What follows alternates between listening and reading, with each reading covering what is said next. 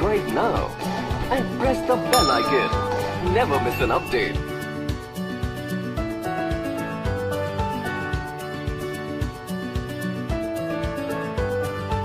नमस्कार दोस्तों, मैं डॉक्टर मोनेश शर्मा आपके अपने YouTube चैनल डॉक्टर मोनेश शर्मा पर हार्दिक स्वागत करता हूं। हमने पिछले वीडियोस में 4 टाइप कंप्लीट कर ली हैं। मुझे उम्मीद है कि आपने वो चारों टाइप देख ली होंगी और जो 3 वीडियो हैं उन्हें आपने देख लिया होगा, पसंद भी आप कर रहे होंगे। जो कॉन्सेप्ट मेरे द्वारा आपको बताया जा रहा है, जो मेथड मेरे द्वारा यूज किया जा रहा है, कमेंट्स के द्वारा आप जरूर बताएं, जिससे कि मुझे पता चलता रहे कि आपको मेरे द्वारा की गई मेहनत और बनाया गया वीडियो में जो टेक्निक यूज करी है वो आपको पसंद आ रही है या नहीं आ रही, जिससे कि मेरे द्वारा किया गया कार्य मुझको समझ में आए कि वो सही भी है या नहीं। तो आप लोग वीडियो को लाइक करते रहें, शेयर करते रहें। अगर आप लाइक करते हैं तो इससे मेरा मनोबल बढ़ता है, और अगर आप मेरा मनोबल बढ़ता है तो इसका सीधा सीधा फायदा आपको होता है। तो आप अपने फायदे के लिए और मेरे लिए आप वीडियो को लाइक करना बिल्कुल भी ना भूलें, और जो भी आपकी राय है कमेंट बॉक्स में देना बिल्कुल भी ना भूलें। तो चलिए हम शुरू करते हैं। Type number 5, Venn diagram, when आरेख। इससे पहले मैं आपको एक बात जरूर बोलना चाहूंगा, आप कोई भी एजुकेशनल वीडियो देखें, मेरा ही नहीं, अगर आप कोई भी एजुकेशनल वीडियो देख रहे हैं, अगर आप उस एजुकेशनल वीडियो को मोबाइल स्पीकर के स्थान पर यदि ईयरफोन से आप उस वीडियो को देखेंगे तो आपको बहुत अच्छा समझ में आएगा, ये मेरा विश्वास है।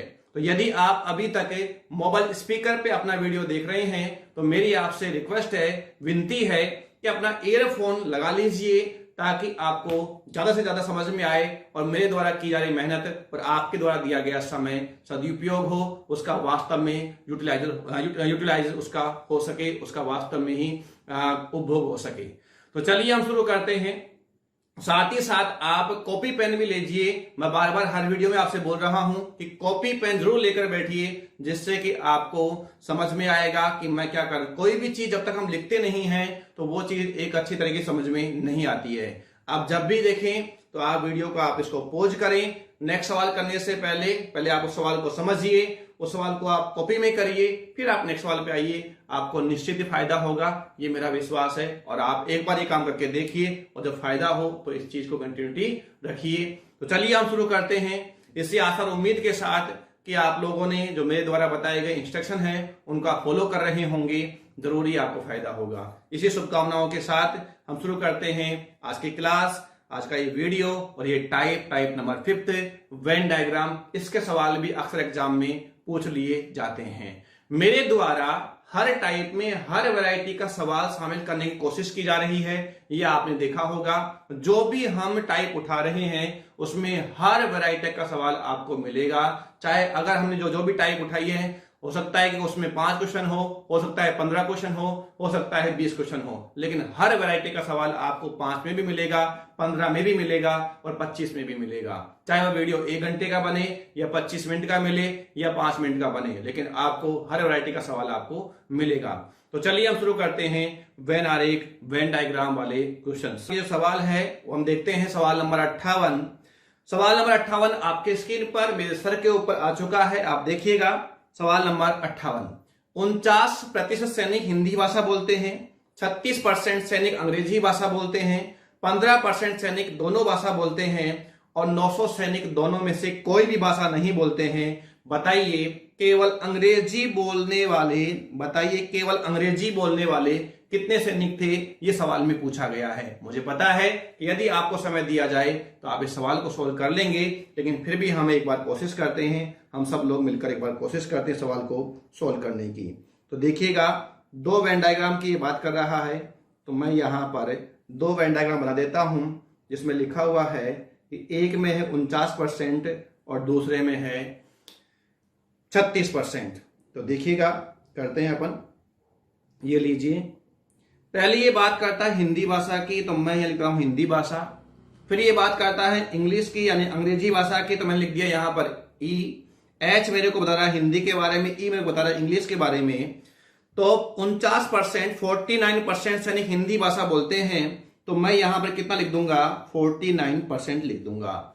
उसके बाद में बोला गया है 36% सैनिक अंग्रेजी भाषा बोलते हैं, तो ई के नीचे मैं कितना लिख दूंगा, 36% लिख दूंगा। उसके बाद सवाल में कहा गया है 15% सैनिक दोनों भाषा बोलते हैं। कितने? 15% सैनिक दोनों भाषा बोलते हैं। तो ये जो आपका कॉमन एरिया है, ये वाला जो कॉमन एरिया है ये वाला, इसका मतलब क्या है कि ये वो सैनिक हैं जो कि हिंदी भी बोलते हैं और अंग्रेजी भी बोलते हैं। तो इसमें कितना आ जाएगा? 15% आ जाएगा। कितना आ जाएगा? 15% आ जाएगा। तो लेकिन चूंकि यहां सवाल में कह रहा है केवल अंग्रेजी बोलने वाले, किसकी बात कर रहा है ये? केवल अंग्रेजी बोलने वाले। इससे पहले मैं आपको बताना चाहूंगा कि एक तो है अंग्रेजी बोलने वाले और एक है केवल अंग्रेजी बोलने वाले। क्या दोनों एक ही हैं या अलग अलग हैं? कमेंट बॉक्स में बताएं मुझे, दोनों एक ही हैं अलग अलग हैं? जी हाँ, आप सही बोल रहे हैं कि ये दोनों एक नहीं है, दोनों क्या है? ये अलग अलग हैं। अंग्रेजी बोलना और केवल अंग्रेजी बोलना, इसमें फर्क है। केवल अंग्रेजी बोलने का मतलब है कि वह केवल अंग्रेजी भाषा ही बोलना जानता है, दूसरी भाषा कोई भी नहीं जानता। एक है अंग्रेजी बोलना, इसका मतलब यह है कि अंग्रेजी बोलना तो वह जानता ही है, अंग्रेजी भाषा के बारे में तो उसको नॉलेज है ही है, साथ में वह दूसरी भाषाओं के बारे में भी नॉलेज रखता होगा या रख सकता है, इसके बारे में हमें कोई नॉलेज नहीं है। तो सवाल में कहा गया है केवल अंग्रेजी बोलने वाले कितने सैनिक थे? तो हमसे यहां पर देखा कि 15% ऐसे हैं जो कि दोनों भाषा बोलते हैं, 49% ऐसे हैं जो कि हिंदी भाषा बोलते हैं और 36% ऐसे हैं जो कि इंग्लिश भाषा का प्रयोग करते हैं। लेकिन 15% इनमें ऐसे भी हैं जो कि दोनों भाषाओं का प्रयोग करते हैं। तो मुझे यहां पर देखना पड़ेगा केवल हिंदी, केवल हिंदी। तो केवल हिंदी भाषा के लिए मैं क्या करूंगा? यहां पर 49 में से 15 की बाकी कर दूंगा और 49 में से 15 की बाकी करने पर कितना आएगा यहां पर? तो आप कहेंगे सारे 34% आएगा। कितना आएगा? 34%। 34% सैनिक ऐसे हैं जो केवल हिंदी भाषा का प्रयोग करते हैं। इसी प्रकार मैं यहां पर निकालूंगा केवल इंग्लिश। क्या निकालूंगा? केवल अंग्रेजी। तो आप कहेंगे कि 36 में से 15 की बाकी कर दीजिए, बराबर कितना आ जाएगा? 21%। 21% सैनिक ऐसे हैं जो कि केवल अंग्रेजी भाषा का प्रयोग करते हैं। तो चूंकि यहां सवाल में आगे देखें तो लिखा हुआ है 900 सैनिक दोनों में से कोई भाषा नहीं बोलते। तो हमको यहां पर कोई भी भाषा नहीं बोलने वाले सैनिकों का प्रतिशत ज्ञात करना पड़ेगा ताकि हम इसको इसके बराबर रख सकें। तो पहले हम एक बात देख लेते हैं कि भाषा बोलने वाले सैनिक कितने परसेंट है। भाषा बोलने वाले सैनिक, तो आप कहेंगे कि इसमें 49% की जगह मैं लिखूंगा कितना? 34%। 34% प्लस कितना? 21% प्लस कितना? तो दोनों में कितना आ गया है? 15%। देखो 34% क्या बोलते हैं? केवल हिंदी। 21% क्या बोलते हैं? केवल अंग्रेजी। 15% क्या बोलते हैं? दोनों भाषाएं। बराबर कितना आ गया है? 70% सैनिक ऐसे हैं जो कि कोई ना कोई एक भाषा है, दोनों भाषाएं बोलते हैं। तो भाषा नहीं बोलने वाले सैनिक कितने हैं? भाषा नहीं बोलने वाले, भाषा नहीं बोलने वाले कितने हैं? तो आप कहोगे कि 100% में से 70% की बाकी कर दो तो बराबर कितना बच जाता है? 30%। भाषा नहीं बोलने वाले सैनिक कितने हैं? 30%। और सवाल में कितना बता रखा है? 900 बता रखा है, यानी कि 30% किसके बराबर है? तो आप कहेंगे कि 900 के बराबर है। किसके बराबर है? 900 के बराबर है। और अगर 30% 900 के बराबर है तो 1% किसके बराबर होगा? तो आप कहेंगे 1% 30 के बराबर होगा। किसके बराबर होगा? 30 के बराबर होगा। तो सवाल में बोला क्या है? केवल अंग्रेजी। केवल अंग्रेजी कितना था? 21% था। तो मैं यहां पर 21% बराबर देखूंगा तो 21% बराबर 21 3 63 कितना आ जाएगा? 630 सैनिक ऐसे हैं जो केवल और केवल अंग्रेजी भाषा का प्रयोग करते हैं, दूसरी कोई भाषा का प्रयोग नहीं करते हैं। तो और ये मुझे कौन से ऑप्शन में दिखाई देता है? तो ये मुझे ऑप्शन ए में दिखाई देता है। इसलिए मेरा जो आंसर होगा वो क्या होगा? ऑप्शन ए होगा। इस टाइप का पहला ही सवाल था। बहुत अच्छा समझाने की और समझने की हमने कोशिश करी। तो चलिए आगे बढ़ते हैं नेक्स्ट सवाल की ओर। मुझे उम्मीद है कि ये आपको समझ में आ गया होगा। केवल अंग्रेजी और अंग्रेजी या केवल हिंदी और हिंदी में आपको अंतर समझना चाहिए था और वो आपने समझ लिया होगा, इसलिए आगे दिक्कत नहीं होगी। आगे बढ़ते हैं नेक्स्ट सवाल की ओर। सवाल नंबर 59। एक परीक्षा में 65% विद्यार्थी राजनीति शास्त्र में पास हुए, 60% विद्यार्थी इतिहास में पास हुए, 40% विद्यार्थी दोनों विषय में पास हुए तथा 90 विद्यार्थी दोनों विषय में फेल हुए। तो कुल छात्रों की संख्या ज्ञात करो। तो इसमें तो कुछ भी नहीं है, आप चाहो तो इस तरीके से कर लो और आप चाहो तो जो भी मैं बताने वाला हूं उस तरीके से भी आप कर सकते हो। देखिएगा, हम एक बार वेन डायग्राम बना लेते हैं तो आपको दिक्कत नहीं होगी। देखो पॉलिटिकल साइंस, पॉलिटिकल साइंस, तो पॉलिटिकल साइंस की अगर बात करूं, ये लो हट गया, एक बार मुझे दोबारा बनाना पड़ेगा, ये चला गया है तो ये एक बार मुझे दोबारा से ये बनाना पड़ेगा। एक बार रुक जाइए, आप थोड़ा सा पेशेंस रखिए। हाँ जी, तो देखो यहाँ पर क्या कह रहा है, ये पोल साइंस की बात कर रहा है, पॉलिटिकल साइंस की बात कर रहा है, तो मैंने लिख दिया यहाँ पर पॉलिटिकल साइंस, ठीक है। और एक बात कर रहा है, हिस्ट्री की बात कर रहा है, दूसरी बात किसकी कर रहा है, ये हिस्ट्री की बात कर रहा है, तो लिख दिया मैंने यहाँ पर हिस्ट्री, ठीक है। तो पहले बात कर रहे हैं पॉलिटिकल साइंस की, फिर ये बात कर रहा है हिस्ट्री की। अब पॉलिटिकल साइंस में कितना बताया गया है, 65%, हिस्ट्री में कितना बता रहा है, ये 60%, और दोनों में कितना बता रहा है, ये 40%। दोनों कितना बता रहा है, 40%। अगर मैं आपसे पूछूं कि केवल पोल साइंस में, केवल पॉलिटिकल साइंस में कितना है, तो आप कहोगे कि 65 में से 40 गया, बराबर कितना बच गया, 25%।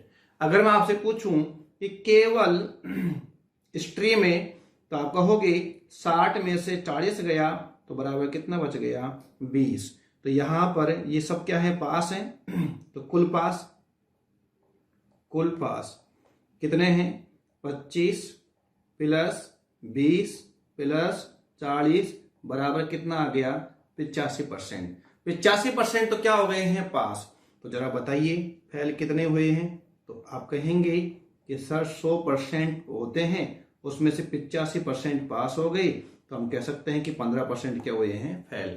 और 15% की जो वैल्यू है वो यहाँ पर कितनी है, तो आप कहोगे कि 90 है। 1% बराबर कितना आ गया, 6। तो 100% बराबर कितना हो जाएगा, 600। तो कुल छात्र कितने थे, कुल विद्यार्थी कितने थे, 600 थे। और ये मुझे कहाँ दिखाई देता है, ऑप्शन सी में, इसलिए मेरा आंसर क्या होगा, ऑप्शन सी होगा। सवाल में पूछा भी यही था कि कुल छात्रों की संख्या ज्ञात करो, तो कुल छात्रों संख्या कितनी हो गई है, 600। क्लियर है। इसको हम एक तरीके से और कर सकते हैं। कुछ विद्यार्थी अभी सोच रहे होंगे इतना बड़ा करने की आवश्यकता क्या है, हम इसको इस तरीके से भी कर सकते हैं। मतलब किस तरीके से कर सकते हो, तो वो कहते हैं कि इस तरीके से कर लो सर कि a प्लस बी माइनस सी, ये कर लो। लेकिन ये कर भी लेंगे, आपको पता होना चाहिए कि इन a b और c का मान एक में होना चाहिए। एक का मतलब ये है, यदि a का मान उत्तरी में दे रखा है तो b का मान भी उत्तरी में होना चाहिए और c का मान भी उत्तरी में ही होना चाहिए, जो कि यहां पर ये दे रखा है। तो a का मान कितना हो गया है, 65, b का मान कितना हो गया है, 60, और c का मान कितना हो गया है, 40। तो आप कहोगे 60 में से गया 40, कितना बच गया यहाँ पर, 20 जोड़ दो कितना हो जाएगा, 85। सिंपल सी बात है। अब 85% यदि पास होते हैं तो फेल कितने होते हैं, 15% ही होते हैं। आगे तो यही प्रक्रिया रहेगी आपकी, भाई 15% फेल हुए, 15% किसके बराबर है, 90 के बराबर है। 1 किसके बराबर होगा, 6 के बराबर होगा। 100 किसके बराबर होगा, 600 के बराबर होगा। आप वेन डायग्राम नहीं बनाना चाहते हो मत बनाओ, आप इस तरीके से कर लो तो भी आपका हो जाएगा। ठीक है, तो चलिए आगे बढ़ते हैं नेक्स्ट सवाल की ओर। सवाल नंबर है 60। एक परीक्षा में 35% विद्यार्थी एक विषय में फेल हुए तथा 42% विद्यार्थी दूसरे विषय में फेल हुए। यदि 15% विद्यार्थी दोनों विषय में फेल हुए हों, यदि कुल विद्यार्थी 2500 यानी कि 2500 हों, तो बताइए कितने विद्यार्थी केवल एक ही विषय में फेल हुए, दोनों में नहीं। ये हमें सवाल में पूछना चाह रहा है, तो हम देखते हैं इसको आसान तरीके से सोल्व करने की कोशिश करते हैं। बहुत ही आसानी से देखिएगा। पहले मैं आपके लिए 2 वेन डायग्राम बना देता हूं ताकि हमें कोई दिक्कत नहीं हो। तो ये लीजिए, मैंने बना दिए हैं आपके लिए 2 वेन डायग्राम। शुरू करते हैं, सवाल को समझने की कोशिश करते हैं। सवाल में कहा गया 35% विद्यार्थी एक विषय, मान लीजिए ये विषय नंबर पहला है, ये क्या है, पहला सब्जेक्ट है, और इसमें कितने हो रहे हैं, 35%। कितने हो रहे हैं, 35%। ये सेकंड सब्जेक्ट है, दूसरा विषय है, और इसमें कितने हैं, 42%। कितने हैं, 42%। सब्जेक्ट का नाम मान लीजिए, इसका नाम मान लेते हैं अपन मैथ, इसका नाम मान लेते हैं अपन रीजनिंग। सब्जेक्ट का नाम मानने में सही रहेगा, उसमें दिक्कत नहीं आएगी। ये मैथ है और ये क्या है, रीजनिंग है। अब सवाल में कहा गया है कि दोनों में कितने हैं 42%, दोनों में कितना है 15%, दोनों में कितना है 15%। तो केवल अगर मैं बात करूं केवल सेकंड सब्जेक्ट में फेल, केवल सेकंड सब्जेक्ट में फेल, तो कितने होंगे, तो आप कहोगे 42 में से कितना गया 15 बराबर कितना आ गया, तो 12 में से 5 गया 7 बच गया, और यहां कितना आ गया है 27%। कितना आ गया है 27%। कौन से सब्जेक्ट में फेल हुए हैं, केवल सेकंड सब्जेक्ट में। इसी प्रकार मैं निकालता हूं यहां पर केवल फर्स्ट सब्जेक्ट में, केवल पहले सब्जेक्ट में, तो आप कहोगे 35 में से कितना गया 15 बराबर कितना आ गया 20%। अब देखो मेरे प्यारे विद्यार्थियों, जो 27% है ये केवल दूसरे विषय में फेल हो रहे हैं, जो यहां पर 27% ये केवल दूसरे विषय में फेल हो रहे हैं, और 20% यह केवल पहले सब्जेक्ट में ही फेल हो रहे हैं। देखो जो 27% है ये भी एक विषय में फेल हो रहे हैं, और जो 20% है ये भी एक ही विषय में फेल हो रहे हैं। ध्यान दीजिएगा, सवाल ने ये कहा एक विषय, सवाल ने ये नहीं बोला पहला विषय, दोनों में अंतर होता है। पहला विषय की बात करें तो यहां पर पहले सब्जेक्ट की हम बात करें तो, लेकिन केवल एक विषय, तो एक विषय तो दूसरा भी है और एक विषय तो यहां पर पहला भी है। तो 27% जो फेल हो रहे हैं दूसरे में हो रहे हैं, और 20% केवल पहले में हो रहे हैं। तो केवल एक सब्जेक्ट में फेल होने वाले विद्यार्थियों का प्रतिशत कितना है, तो आप कहेंगे 47% है। कितना है 47%। किसका, कुल विद्यार्थियों का, और वह कितना था 2500 का कितना निकालूंगा मैं यहां पर 47%, 2 जीरो से गया 2 जीरो, 25 7 175, कितना बच गया 17, 25 चौक 100 और 17 कितना हो गया 117। तो इसका जो सही जवाब होगा, सही आंसर होगा वह क्या होगा 1175, और ये मुझे कहां दिखाई देता है, ऑप्शन बी में। विद्यार्थी यहां गलती किस में करेगा कि विद्यार्थी यहां पर 2500 का 20% निकाल कर आगे बढ़ जाएगा। उसे लगेगा कि ये पहले सब्जेक्ट की बात कर रहा है, दूसरे की बात नहीं कर रहा है। लेकिन आप गौर से देखें सवाल को, सवाल बोलना क्या चाह रहा है, सवाल ये नहीं बोल रहा कि केवल पहला विषय, सवाल बोल क्या रहा है कि केवल एक विषय में फेल, तो एक विषय में फेल तो दूसरे वाला भी होगा और पहले वाला भी होगा। जैसे हम समझ सकते हैं केवल मैथ में फेल और केवल रीजनिंग में फेल, तो केवल मैथ में फेल हो रहा है तो भी एक विषय में तो फेल हो रहा है, केवल रीजनिंग में फेल हो रहा है तो भी एक विषय में फेल हो रहा है। तो केवल मैथ में फेल होने वाले कितने हैं 20%, केवल रीजनिंग में होने वाले कितने हैं 27%, तो हो तो एक सिंगल सब्जेक्ट में रहे हैं ना, तो इसलिए कितना आ जाएगा 47%। इस बात का आप ध्यान रखिएगा। चलते हैं नेक्स्ट सवाल की ओर। सवाल नंबर है 61। समझ में आ रहा है आपको, मुझे उम्मीद है कि आपको समझ में आ रहा होगा। यदि आपने मेरे द्वारा बताए गए इंस्ट्रक्शन को फॉलो कर रहे हैं तो निश्चित ही आपको फायदा मिल रहा होगा, निश्चित ही आपका कॉन्फिडेंस ऊपर आ रहा। सवाल नंबर है 61। एक परीक्षा में 34% विद्यार्थी गणित में फेल हुई, 42% विद्यार्थी अंग्रेजी में फेल हुई, 20% विद्यार्थी दोनों में फेल हुई, तो कितने प्रतिशत विद्यार्थी पास हुए, ये सवाल में पूछा गया है। इससे आसान सवाल दुनिया में ढूंढने से भी नहीं मिलेगा। हाँ बिल्कुल ही आसान सवाल है। देखो आप कर सकते हो, मुझे पता है, लेकिन आप मेरे साथ में करिए। a प्लस b माइनस सी, इस तरीके से हम सवाल करेंगे। देखो आसान सवाल आसान तरीके से करने का होता है, ये नहीं कि आप एक ही तरीके से आप सभी सवालों को सोल्व करने की कोशिश कर रहे हो। अगर सवाल थोड़ा लेवल का है तो उसमें आप अलग तरीका यूज करिए। सवाल बिल्कुल आसान है तो आप इस तरीके से आप सवाल करिए जिससे कि आपका समय बचेगा। तो देखो ए में बताया गया कितना 34% है ना, बी में कितना है 42% और सी में कितना है 20%। तो यहां कर दूंगा प्लस, यहां कर दूंगा मैं माइनस। दोनों को मैंने जब ऐड किया, दोनों को मैंने जब सोल्व किया तो कितना आ गया मेरे पास में यहां पर प्लस का 22%। और जब मैं 34% को 22% में ऐड करता हूं तो मेरे पास में यहां कितना बचता है 56%। कितना होता है 56%। तो ये तो क्या हो गए हैं फेल। अगर 56% फेल हुए हैं तो पास कितने हुए होंगे, तो आप कहेंगे 100% में से कितना गया 56% बराबर कितना आ गया है 40%। और ये क्या हुए हैं पास हुए हैं, तो पास कितने हो गए हैं 44%। और यही मेरे सवाल का क्या होगा आंसर होगा, जो मुझे कहां दिखाई देता है ऑप्शन डी में। ये था बिल्कुल आसान तरीके से हमने किया। आप चाहते हैं तो वेन डायग्राम से समझाने की कोशिश करता हूं आपको। देखो वेन डायग्राम कैसे कर सकते हैं हम इसको, हालांकि कुछ भी नहीं है उसमें। देखो पहली बात करता है ये किसकी, ये बना दिया मैंने एक वेन डायग्राम और ये बना दिया मैंने आपके लिए दूसरा वेन डायग्राम। ठीक है, तो ये बात कर रहा है, पहले किसकी कर रहा है, ये गणित की बात कर रहा है, मैथ की बात कर रहा है ये। तो मैथ में कितना बताया गया है 34%, और अंग्रेजी में कितनी बता रखा है ये 42%। वो सारी बात किसकी कर रहा है, ये डायग्राम किसका है, फेल का है। ठीक है, और 20% किसका है, ये कॉमन है, मैथ का भी है और इंग्लिश का भी है। तो आप कह सकते हो यहां पर कि दोनों को अभी भी आप ऐड करेंगे, 34 प्लस 42 माइनस 20। ये लॉजिक क्या है, अरे लॉजिक ये है कि ये जो वाला पार्ट है ये 34 में भी शामिल है और 42 में भी शामिल है, 42 में भी शामिल है। तो एक बार ये ऐड होगा नहीं, ये तो इसलिए हम, क्योंकि ये दो बार ऐड हो गया इसलिए हम एक बार क्या कर देंगे, इसकी बाकी कर देंगे। तो जब मैं सोल्व करता हूं इसको तो बराबर कितना आता है 56% आता है। 56% क्या है, फेल है। तो पास कितना है, तो आप कहोगे कि 100 माइनस 56 बराबर 44% क्या हो गया है, पास हो गया है। और यही हमारे सवाल का क्या होगा, वापस आंसर होगा, ऑप्शन डी होगा। उम्मीद करता हूं कि आपको समझ में आ गया होगा। आसान सवाल था, इतना समय इसको देंगे हम, ज्यादा देंगे नहीं इसको। बढ़ते हैं नेक्स्ट सवाल की ओर। सवाल तो देखते हैं नेक्स्ट सवाल। सवाल नंबर है 62। 70% अंग्रेजी तथा 65% विद्यार्थी हिंदी भाषा बोल सकते हैं। यदि 27% विद्यार्थी कोई भी भाषा नहीं बोल सकते हैं तो बताइए कितने प्रतिशत विद्यार्थी दोनों भाषा बोल सकते हैं। इसकी बात कर रहा है।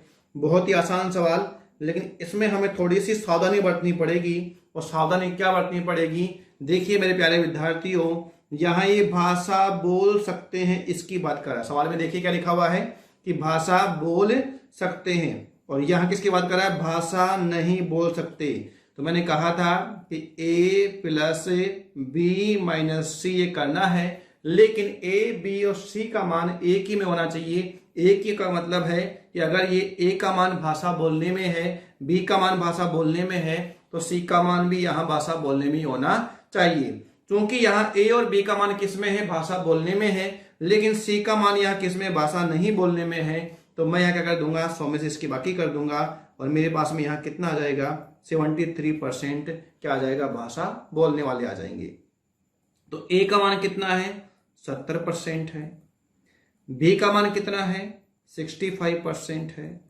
c का मान कितना है, 73% हमने निकाल लिया है।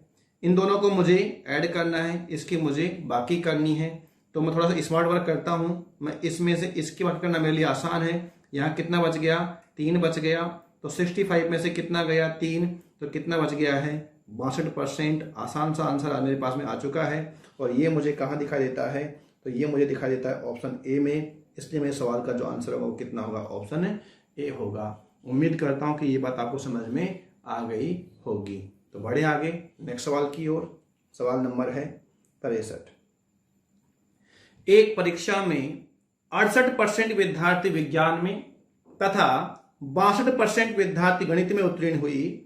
यदि 21% विद्यार्थी कुल फेल हुए हों, यदि 21% विद्यार्थी क्या हुए हों, फेल हुए हों, तथा 204 विद्यार्थी दोनों विषयों में उत्तीर्ण हुए हों, तो कुल विद्यार्थियों की संख्या ज्ञात करो। हमसे सवाल में क्या पूछ रहा है, कुल विद्यार्थियों संख्या, और दे क्या रखा है, 204 विद्यार्थी दोनों विषयों में क्या हुए हैं, उत्तीर्ण हुए हैं। यानी कि हमें परसेंटेज में क्या चाहिए, दोनों विषयों में कितने % पास हुए, यह हमें निकालना है, जो कि आसान काम है। आप क्या करेंगे, देखो इसमें भी वही बात है कि a प्लस बी माइनस सी, लेकिन c जो दे रखा है यहाँ पर किसकी बात कर रहा है, ये फेल की, और यहाँ किसकी बात करता है, ये पास की। अगर 21% यहाँ पर फेल हुए तो पास कितने हुए, तो आप कहोगे 79% क्या हो गए हैं, पास हो गए हैं। अब यहाँ आसान है, यहाँ रख दूंगा मैं कितना, 68%। यहाँ कितना आ जाएगा, 62%, और यहाँ कितना आ जाएगा, 79%। अब आप यहाँ पर ऐड कर लीजिए, तो ये आगे 130% माइनस 79%। अब यहाँ पर बाकी कर लीजिए आप, 130 में से कितना गया, तो हम कहेंगे 130 में से कितना गया, 80, तो कितना बच गया, 50। लेकिन यहाँ पर कितना था, 79, तो कितना हो जाएगा, 51, तो कितना बच गया, 51%, 51%। और 51% सवाल में किसके बराबर दिया हुआ है, तो 51% जो दे रखा है, 51% जो दिया हुआ किसके बराबर दे रखा है, 4 के बराबर दे रखा है, तो 1% बराबर कितना आ जाएगा, तो आप कहोगे 4 के बराबर आ जाएगा। तो 100% बराबर कितना आ जाएगा, तो आप कहेंगे 400 के बराबर आ जाएगा। तो इसका जो जवाब होगा वो कितना होगा, 400 होगा। आंसर कितना होगा, 400 होगा। और ये मुझे कहाँ दिखाई देता है, ऑप्शन बी में। इसलिए इस सवाल का सही जवाब क्या होगा, ऑप्शन बी होगा। उम्मीद करता हूँ ये आसान सवाल हैं, बहुत आसान सवाल हैं, जो कि आपको समझ में आ रहे होंगे और आपको आते होंगे। बढ़ते हैं नेक्स्ट सवाल की ओर। सवाल नंबर है 64। एक कंपनी में 72% कर्मचारी चाय पीते हैं, 44% कर्मचारी कॉफी पीते हैं। प्रत्येक कर्मचारी या तो चाय पीता है या कॉफी पीता है। 40 कर्मचारी दोनों ही पसंद करते हैं, तो कुल कर्मचारियों की संख्या ज्ञात करो। बहुत ही आसान सवाल, बहुत ही आसान सवाल। आप देखो कुल कर्मचारी, आप देखो यहां पर एक बार कुल कर्मचारी, तो कुल कर्मचारी कितना मान लिया मैंने, 100%। क्योंकि यहां पर सवाल में कह रहा है कि सभी कर्मचारी या तो कॉफी पीते हैं या चाय पीते हैं, यानी कोई भी ऐसा नहीं है जो चाय या कॉफी पीने वाला नहीं हो, दोनों में से कोई भी एक चीज पीने वाला हो या नहीं पीने वाला हो। देखो तो यहां पर कहा गया है पीने वाले, चाहे वो चाय पीता हो चाहे वो कॉफी पीता हो, तो पीने वाले कर्मचारी 72% प्लस 44%, दोनों को जोड़ोगे तो यहां पर कितना आ जाएगा 6 और यहां पर कितना आ जाएगा 11, तो कितना आ जाएगा 116%। कितना आ जाएगा 116%, जबकि यहां थे कितने 100% ही थे।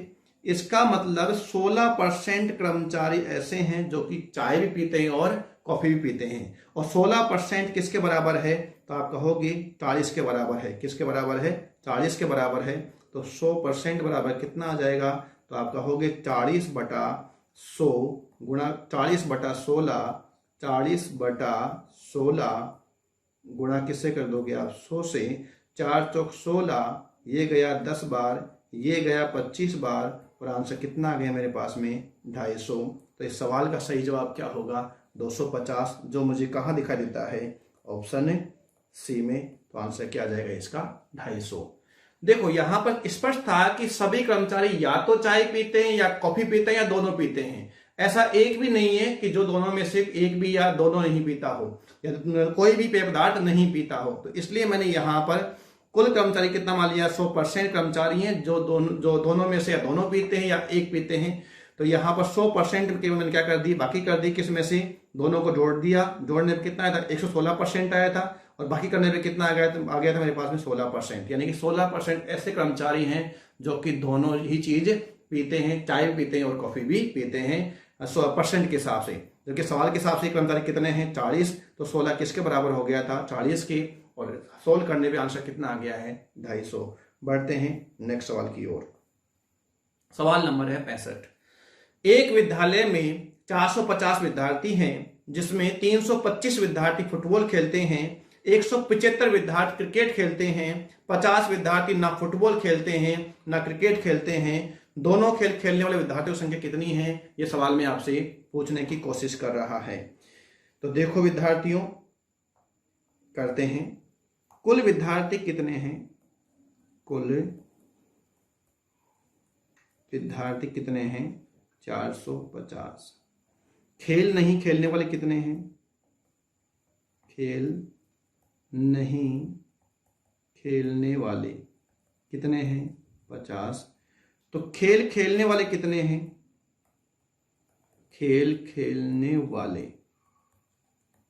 कितने हैं, 450 माइनस 50 बराबर कितना आ गया, 400।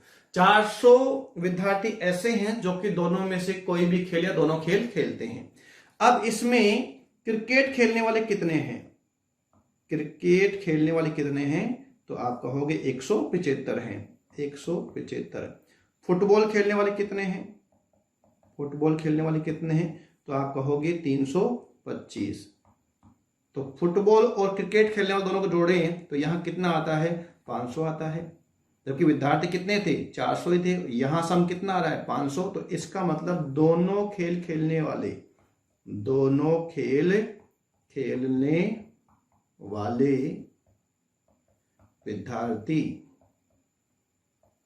आप कहोगे 500 में से कितना गया 400 बराबर कितने आ गए हैं 100 विद्यार्थी ऐसे हैं 100 विद्यार्थी ऐसे हैं जो कि दोनों खेल खेलते हैं।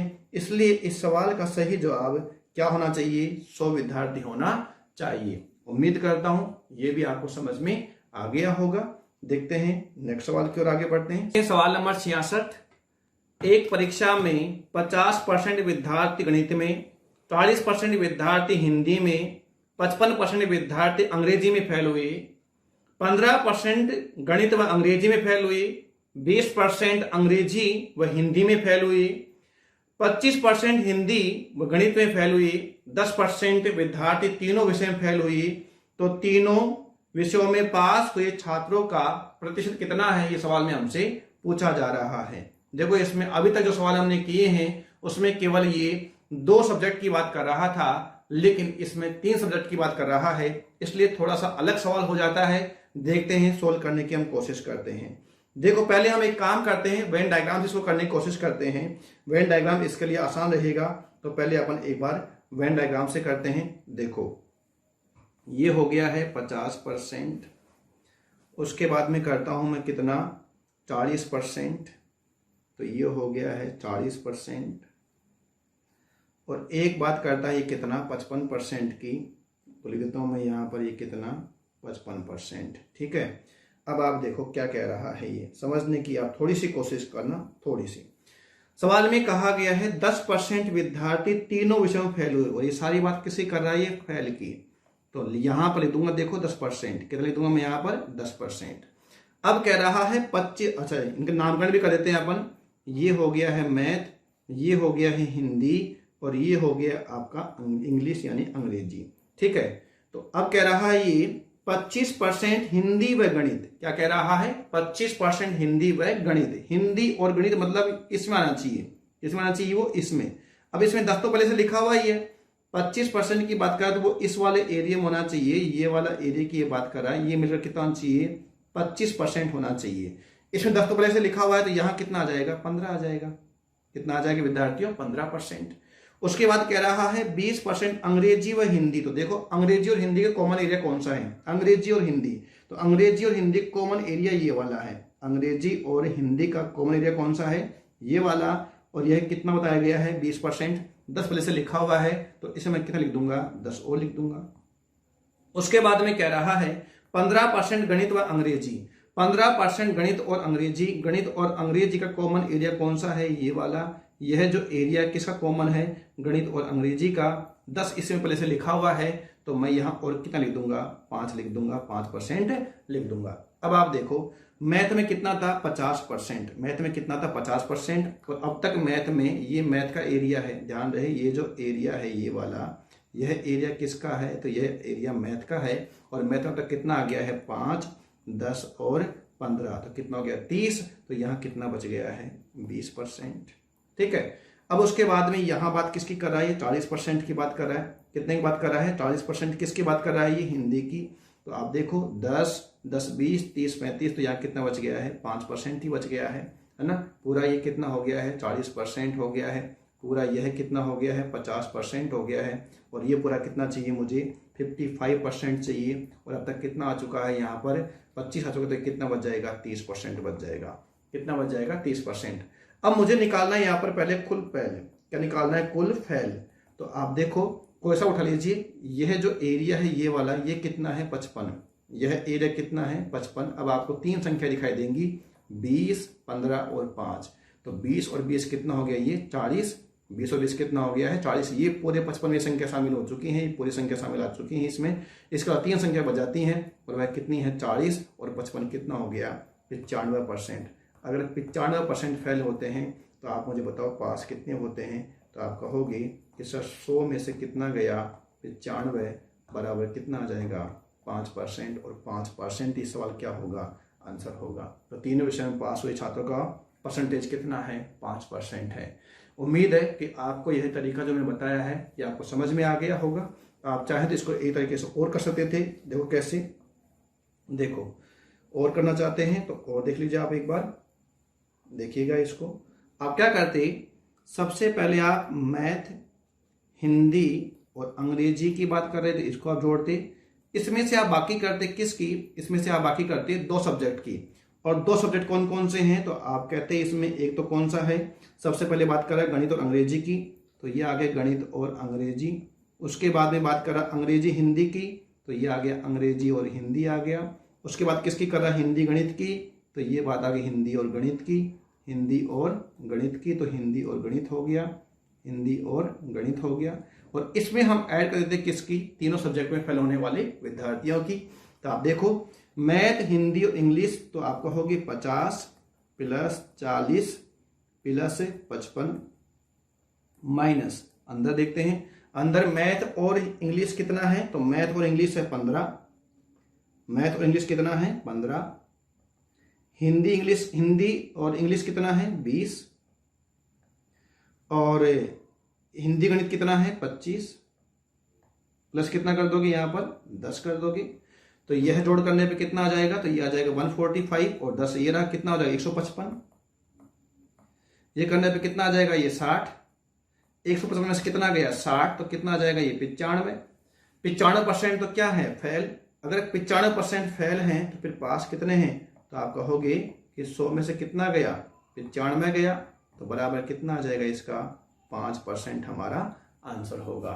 उम्मीद करता हूं ये दोनों तरीके से आपको सवाल समझ में आ गया होगा। तो देखते हैं एक और सवाल, सवाल नंबर है 67।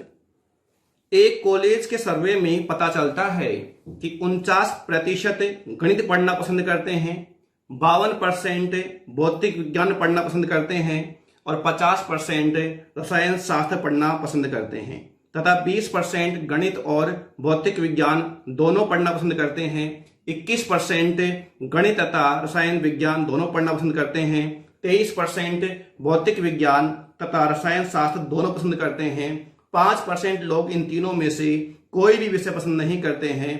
तो बताइए कितने प्रतिशत हैं जो गणित, भौतिक विज्ञान तथा रसायन शास्त्र में से किसी एक को पढ़ना पसंद करते हैं। ये सवाल आपसे पूछा गया है।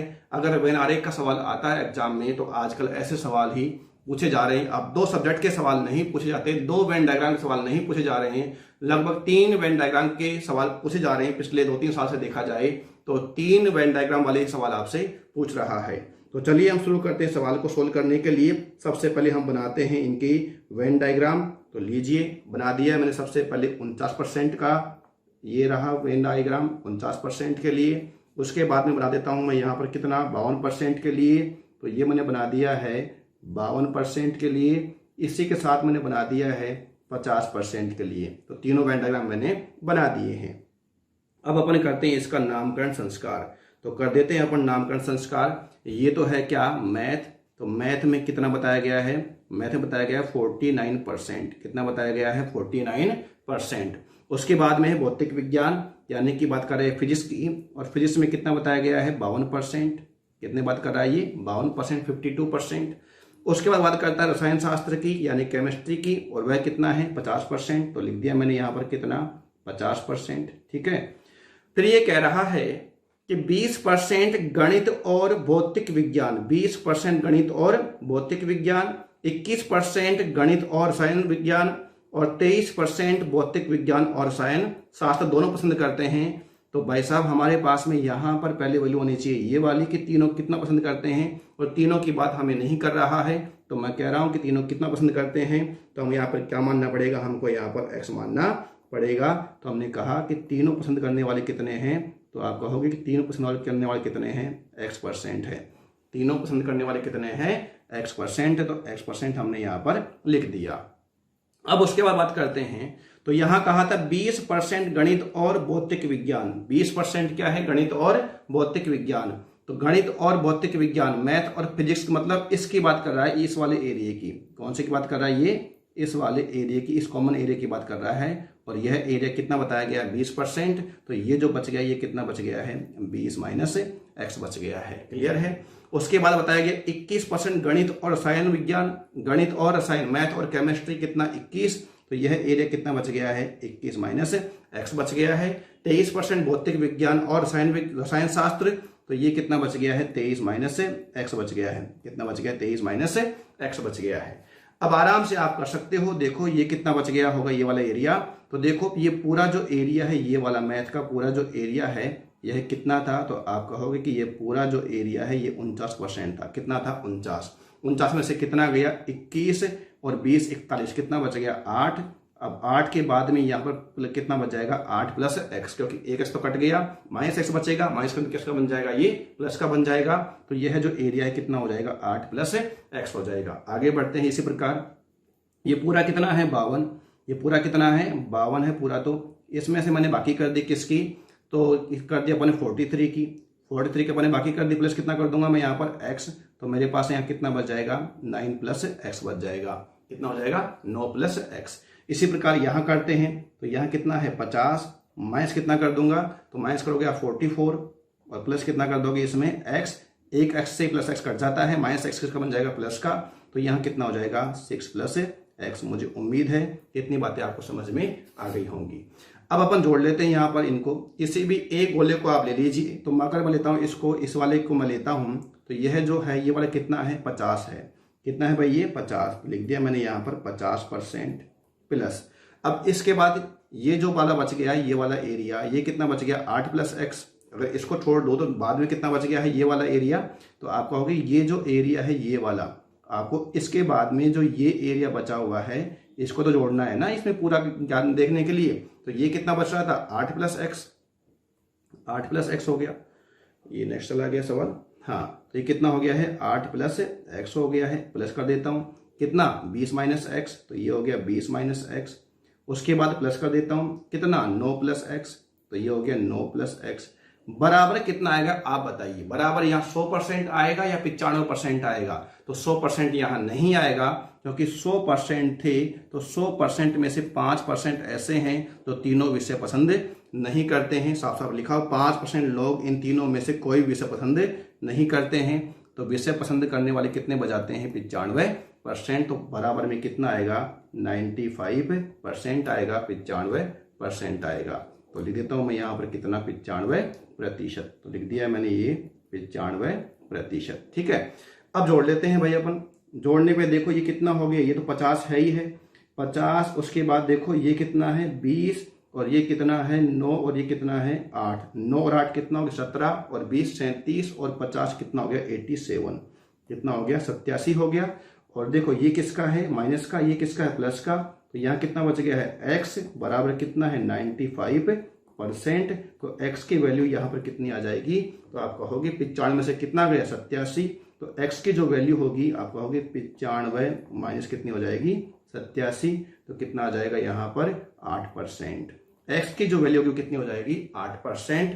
तो आप अगर मैं केमिस्ट्री की बात करूं, ओनली केमिस्ट्री की बात करूं, तो 8 से कितना हो गया है? 14%। Only chemistry. अगर मैं ओनली फिजिक्स की बात करूंगा तो ओनली फिजिक्स यहाँ पे कितना आ जाएगा? 9 और 8 कितना हो गया है? 17%, 17% आ गया। अगर मैं ओनली मैथ की बात करूंगा तो ओनली मैथ कितना आ जाएगा? 8 8 कितना आ गया है? 16% आ गया है।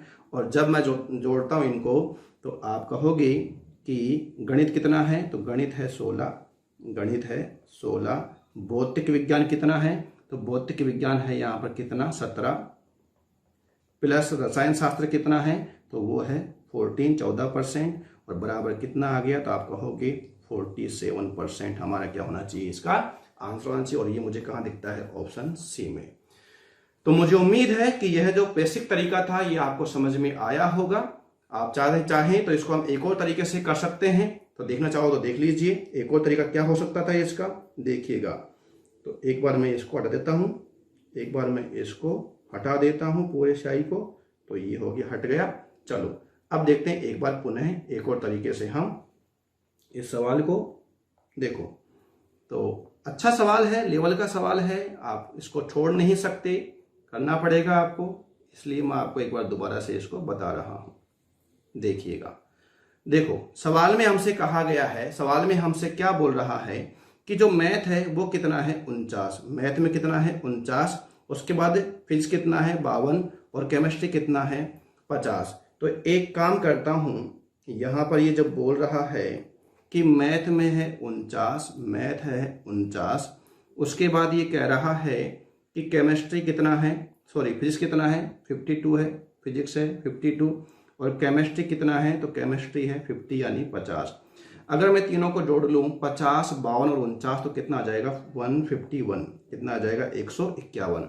अच्छा, अगर मैं बात करूँ यहाँ पर 20, 21 और 23 अगर मैं तीनों को जोड़ता हूँ तो कितना आता है मेरे पास 60 और 64, कितना आता है मेरे पास 64। और जब मैं करता हूँ बाकी तो मेरे पास में आता है 11 में से 4 गया तो कितना बच गया, यहाँ पर 7 बच गया, और यहाँ पर 14 में से 6 गया तो 8 बच गया। कितना आ गया 87% यहाँ पर क्या हो रहे हैं, कोई ना कोई पसंद कर रहे हैं। लेकिन कोई पसंद करने वाले तो कितने थे, तो आप कहोगे 100% माइनस 5% बराबर कितना है 95%। इसका मतलब जो शेष रह गए वो कौन से रह गए हैं, तीनों सब्जेक्ट पसंद करने वाले शेष रह गए हैं। तो 95% माइनस 87% बराबर कितना बच गया है, तो आप कहोगे 8% बच गया है। यानी कि सबसे पहले हम जो सबसे लास्ट में निकाल रहे थे उसको हम सबसे पहले निकाल लिया है और वह कितना आ गया है 8%। अब हमारे लिए आसान हो गया है। अब आप देखो यहां पर कहा गया है कि 20% गणित और भौतिक विज्ञान, गणित और भौतिक विज्ञान कितने हैं 20, गणित और भौतिक विज्ञान तो ये कितना बच गया है 12। 21% गणित और रसायन, गणित और रसायन 21% तो ये कितना बच गया है 13। 23% भौतिक विज्ञान और रसायन विज्ञान तो 23% ये कितना बच गया है 15। ठीक है, अब आप बताओ ये कितना हो गया 20 और ये कितना हो गया 13, तो 20 और 13 कितना हो गया 33। जब आप 33 निकाल देते हो तो यहाँ कितना बच जाएगा, 49 में से गया 33 कितना बच जाएगा 16, कितना बच गया है 16% बच गया है।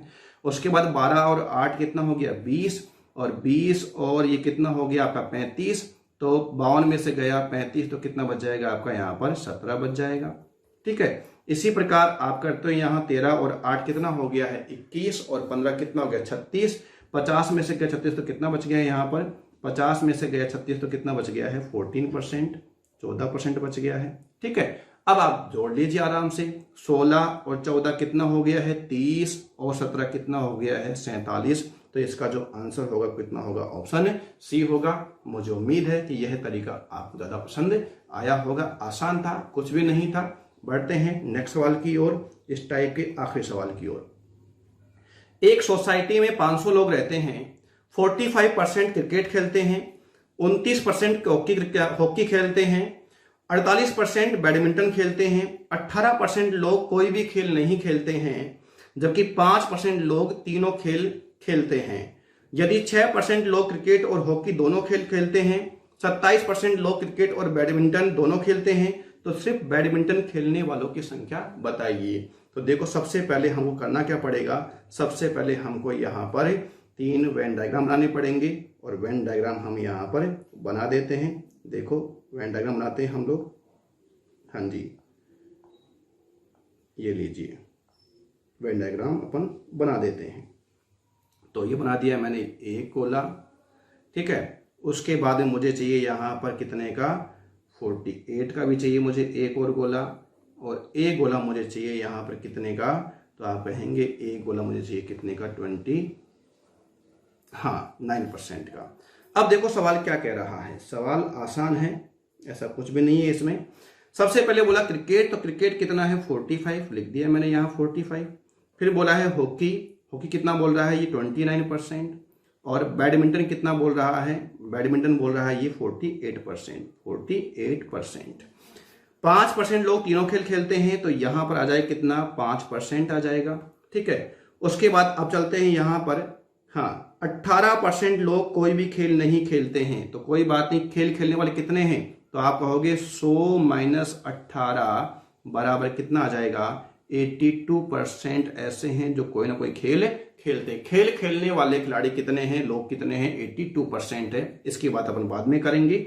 अच्छा, फिर बोला गया है 6% लोग क्रिकेट और हॉकी, क्रिकेट और हॉकी 6%, तो 5 तो यहाँ पर है ही, 5 तो ये ऑलरेडी है, तो यहाँ पर कितना आ जाएगा 1%, क्योंकि कुल मिला कितना होना चाहिए, ये पूरा होना चाहिए 6%। 5 इसमें पहले से लिखा हुआ था, तो एक कितना हो गया है 6%। फिर बोल रहा है 27% लोग क्रिकेट और बैडमिंटन, क्रिकेट और बैडमिंटन, तो यहां पर आ जाएगा आपका कितना 22%। मुझे नहीं पता कि ये कितना है, तो मैंने ये कितना मान लिया है x%, कितना मान लिया है x%। अब बढ़ते हैं आगे, हम क्या करेंगे, हम इन सबको जोड़ लेंगे। जोड़ने के लिए आपको देखना पड़ेगा कि ये एरिया कितना है और यह कितना है। तो आप बताइए ये कितना है, 29 में से गया 6, तो ये कितना हो जाएगा 23 माइनस एक्स हो जाएगा। कितना हो जाएगा ये 23 माइनस एक्स। और ये कितना बच जाएगा, तो आप कहोगे कि ये 22 और 5 कितना है 27, किस में से गया 48 में से, तो कितना बच जाएगा ये आपका, ये 27 निकालोगे तो कितना आ जाएगा 21 माइनस एक्स, या आपका ये बच जाएगा। क्लियर है। तो अगर मैं जोड़ता हूं तीनों को तो देखो इसको निकाल, अगर मैं देखता हूं तो ये पूरा कितना है, तो ये है पूरा 45, ये पूरा कितना है, तो ये पूरा कितना है, तो आप कहोगे 45। चलो लिख दिया मैंने यहाँ पर कितना 45। उसके बाद में ये जो बच गया ये वाला, ये जो बच गया ये वाला एरिया, ये जो एरिया है इसके अलावा, तो ये कितना बच गया है, तो आप कहोगे 23 माइनस एक्स और प्लस एक्स और प्लस 21 माइनस एक्स बराबर कितना आना चाहिए, तो बराबर 100% नहीं आएगा, बराबर कितना आएगा यहाँ पर 82% आएगा। कितना आएगा 82%, 82%। प्लस एक्स से गया माइनस एक्स, है ना, हमारे पास जोड़ लीजिए इसको, तो ये कितना आ गया आपका 23 और 21 44 और 45, तो कितना हो गया ये 89। कितना हो गया है 89 माइनस एक्स बराबर 82%। तो माइनस एक्स बराबर कितना आ जाएगा, माइनस का 7%, माइनस माइनस कैंसिल हुआ, तो एक्स की वैल्यू यहां पर कितनी आ गई है 7%। तो यहां पर गया 21 में से कितना जाएगा 7 जाएगा, एक्स की वैल्यू कितनी आ गई है, एक्स की वैल्यू आ गई है यहां पर कितनी, तो एक्स की वैल्यू आ गई है 7%। 21 में से गया 7, तो बराबर केवल बैडमिंटन खेलने वाले कितने हैं, तो आप कहोगे केवल बैडमिंटन खेलने वाले कितने हैं 14% है। और 14% किसके 500 के, और हम जानते हैं 500 का 14% बराबर कितना आ जाएगा 70 आ जाएगा। तो इस सवाल का सही जवाब कितना होगा 70 होगा। यही तरीका था। एक और तरीका वो वाला है, तो उससे ज्यादा बढ़िया यही है। इसमें मैंने पहले भी कहा है, हर सवाल एक तरीके से नहीं करना, जो सवाल जिस तरीके से हो रहा है, जिसमें समय बच रहा है, वही आपको काम करना है। तो आप यहाँ पर ये देख सकते हो, हमने दोनों ही सवाल इसमें 3 सब्जेक्ट वाले 3 सवाल किए हैं और काफी उच्च दर्जे के सवाल थे, ये हमने किए। आप इसकी ज्यादा से ज्यादा प्रैक्टिस करिए। तो इस टाइप में हम इतना ही रखते हैं। मिलते हैं आपसे जल्दी एक नई टाइप लेकर। आप लोग इसको आप देखिए, अब तक 5 टाइप कंप्लीट हो चुकी हैं और ये चौथा वीडियो परसेंटेज का आ रहा है। लगातार ऐसे ही अब हम टाइप वाइज वीडियो बनाएंगे, क्योंकि जब पिछला वीडियो हमने डाला था तो मुझे ये महसूस हुआ कि शायद वो ज्यादा टाइम का वीडियो हो गया, इतना टाइम आप नहीं देख पाओगे शायद। इसलिए अब मैं कोशिश करूंगा कि टाइप वाइज ही आपको मैं वीडियो प्रोवाइड कराऊं, ताकि आपको अगर कभी बाद में देखना हो तो ढूंढने में दिक्कत नहीं हो कि कौन सा टाइप कहां मिलेगा। तो टाइप वाइज ही आपको वीडियो अवेलेबल कराऊंगा। हो सकता है वह वीडियो 20 मिनट का बने, 30 मिनट का बने, 40 मिनट का बने, या 1 घंटे का भी हो सकता है। वो डिपेंड करता है यहाँ पर कि टाइप में कितने क्वेश्चंस है, नंबर ऑफ क्वेश्चंस कितने हैं, उस पर डिपेंड करता है। और एग्जाम के दृष्टिकोण से वह कितना इंपॉर्टेंट है, यह डिपेंड करता है। जिसमें कम सवाल है, इसका मतलब यह है कि वो एग्जाम में अब इतना नहीं आ रहा है, इसलिए उसमें ज्यादा दिमाग नहीं लगाया गया है, ज्यादा टाइम खराब नहीं किया गया है। यहां पर केवल ये नहीं कि हर टाइप में 20-20 सवाल होने चाहिए, नहीं। अगर कोई सवाल, कोई टाइप इंपॉर्टेंट है तो उसमें जितने भी वैरायटी के क्वेश्चंस आज तक एग्जाम में पूछे गए हैं और पॉसिबिलिटी वाले सवाल जो बन सकते हैं, उन सबको शामिल किया गया है। और जो अब एग्जाम ट्रेंड से बाहर हो चुके हैं वो सवाल, उन पर इतना फोकस नहीं किया गया है, बस करवाने की कोशिश कर रहे हैं, ताकि आप लोगों को ये नहीं लगे कि ये टाइप तो रही गई है। क्योंकि मेरे द्वारा यहाँ परसेंटेज के टॉपिक को यदि स्टार्ट किया है तो मेरी कोशिश तो यही रहती है कि मैं हर वैरायटी का सवाल, हर टाइप का सवाल मैं आपको अवेलेबल कराऊं, ताकि कभी बाद में ऐसा नहीं लगे कि यह टाइप तो रही गई है। आप मेहनत करिए, निश्चित है अगर आप मेहनत करेंगे तो आपको सफलता अवश्य मिलेगी। आप मेरे को देखिए, मैं जब वीडियो बनाता हूं तो आपको शायद पता नहीं होगा यह वीडियो बनाने में कितनी मेहनत मैं करता हूं। मैं हर एक छोटी छोटी चीजों को ध्यान में रखता हूं ताकि आपको अधिक से अधिक समझ में आ सके। आप मेरे फेस पर पसीना देख सकते हैं। मैं जब वीडियो बनाता हूं तो मैं फैन को भी ऑफ रखता हूं और इस गर्मी में बिना पंखे की हवा के मैं आपके लिए वीडियो तैयार करता हूं। फैन इसलिए बंद करता हूं ताकि उस फैन की आवाज भी बैकग्राउंड साउंड में आपको नहीं सुनाई दे, ताकि आपको कोई भी डिस्टरबेंस हो। जब मैं आपके लिए गर्मी में और इस ऐसे माहौल में मैं आपके लिए इतनी मेहनत कर रहा हूं, तो आप प्लीज अपने लिए मेहनत करिए, अपने घर वालों की मेहनत करिए, अपने चाहने वालों के लिए मेहनत करिए, अपने भविष्य के लिए मेहनत करिए। अगर आप मेरी जितनी मेहनत करते हैं तो मैं कहता हूं मैथ में आपको एक दिन कोई रोकने वाला नहीं होगा। जैसे ही हम सिलेबस कंप्लीट करेंगे आपको हर चीज सीखने के लिए मिल चुकी होगी, आप हर चीज सीख चुके होंगे। लेकिन बिना मेहनत के आपको कुछ भी मिलने वाला नहीं है। मेहनत करिए, मेरे साथ लगे रहिए, और हाँ, इस वीडियो को लाइक करना बिल्कुल भी ना भूलें। इस पसीनों को आप बिल्कुल ध्यान रखें और अधिक से अधिक शेयर करें, जिससे कि मेरा मनोबल, पसीने आ रहे आने दो, कोई दिक्कत की बात नहीं है। अगर मेरे को लाइक मिलते रहेंगे, आपका प्यार मुझे मिलता रहेगा, तो पसीने की क्या, मैं आपके लिए कुछ भी कर जाऊंगा। लेकिन आप लोग इस वीडियो को अधिक से अधिक शेयर करें, अधिक से अधिक लाइक करें और पढ़ें। सबसे मेन चीज तो है पढ़ना, पढ़ते रहिए, जिससे कि जब आपकी नौकरी लगेगी तो मुझे सबसे ज्यादा खुशी होगी। धन्यवाद। मिलते हैं आपसे नए वीडियो के साथ। तब तक आप सावधान रहिए, सतर्क रहिए और फिर कहूंगा पढ़ते रहिए। जय हिंद, जय भारत।